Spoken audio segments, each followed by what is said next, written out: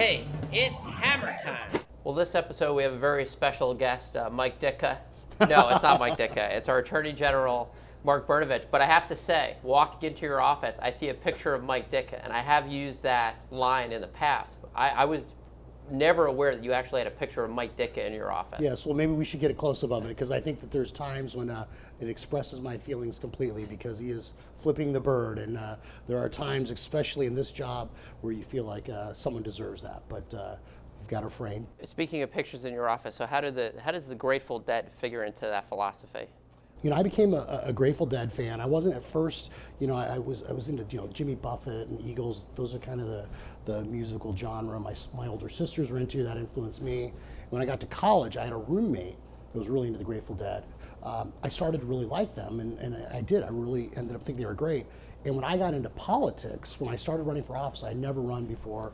And in 2014, when I was running, we told the small group of folks that I wanted it to be like the Grateful Dead or Pearl Jam. We're not going to have a set list. I want to be like Jerry Garcia. We're just going to go out and we're going to play. We're not going to use notes. And so sometimes you may hear a 5-minute version of a song, sometimes a 15-minute version. And as you're trying to cut me off right now, there's sometimes it just may go on and on and on. You never know what you're going to get, but you're going to get something. Well, I want to talk about how you've done a great job here. We'll get to some of the specifics in a few moments, but I'd like you to explain to viewers how you get here, because this is my recollection. You were with a sidekick, and we were waiting to get concessions at the 2012 Republican convention in Tampa.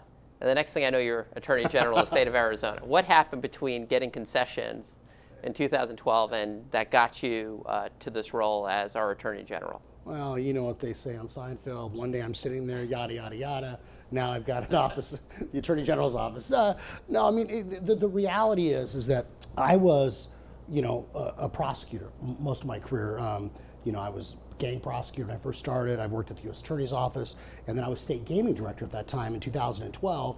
And so we'd sit around, you'd be at coffee or lunch with people, they'd be like, oh my gosh, the AG's office is terrible, it's a mess. The judges would talk about it. You took on an incumbent. Yes. And that's very rare to take on an incumbent in your own party. Yeah, if I had it all to do over again, I probably wouldn't have done it. But it all worked out. But it's crazy. So you sit there and you talk to folks like, oh yeah, you should do it, you should do it. And then you do it, and you're like, yes, I've got ideas, I know what I believe, I've been a prosecutor, I've been at a security clearance, I've been vetted, so, we'll go do it. And it was tough, but we ran a very, I think, disciplined, good campaign, ran on the issues, talked about my background, and, it all worked out.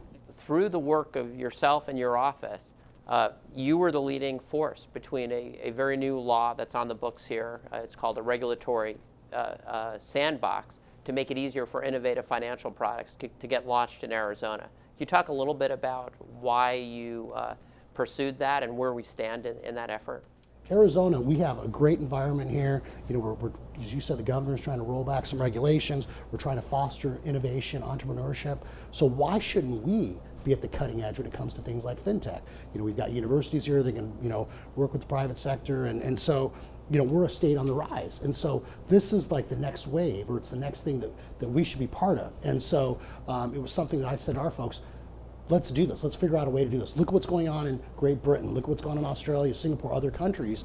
And we did. We took those models, we looked at them, and we said, why not? And so I think that if we can get some waivers, and there's other states already talking about doing that, where you could have like MOUs or IGAs with other jurisdictions, and really start to get that synergy, and then it starts rolling. And I actually know that we've already had several, really good applicants or seemingly good applicants apply. So I think this is something that really will catch on, not only here, but all over the country. And, first in is always a good thing. Now, you have also taken on some tough issues, and you've taken some heat. There was a big problem in this state with the Arizona's for Disabilities Act. Obviously, we all want to make sure that businesses are doing right by those in the disabled community.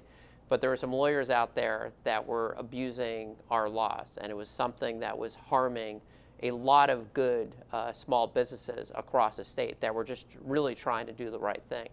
Can you maybe talk a little bit about your involvement? And so it was brought to our attention. We were getting complaints, this office, about lawyers, a group that were shaking down small businesses, especially in the East Valley.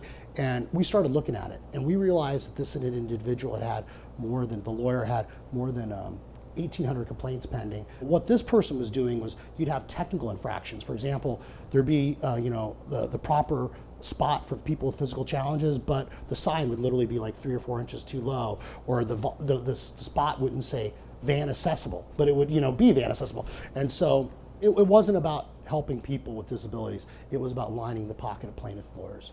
And so we intervened. We got more than 1,200 lawsuits dismissed. So we literally millions of dollars worth of claims. But not only that, we found out when we started doing this, there was literally, because they dumped a bunch of, they thought they were going to overwhelm us with paper, which is sometimes what lawyers do.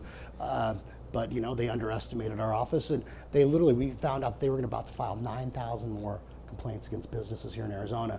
And so we got all that put on hold, got the cases dismissed, and the lawyer right now, people may know, he's actually suspended from the bar. I don't know if he was disbarred or suspended.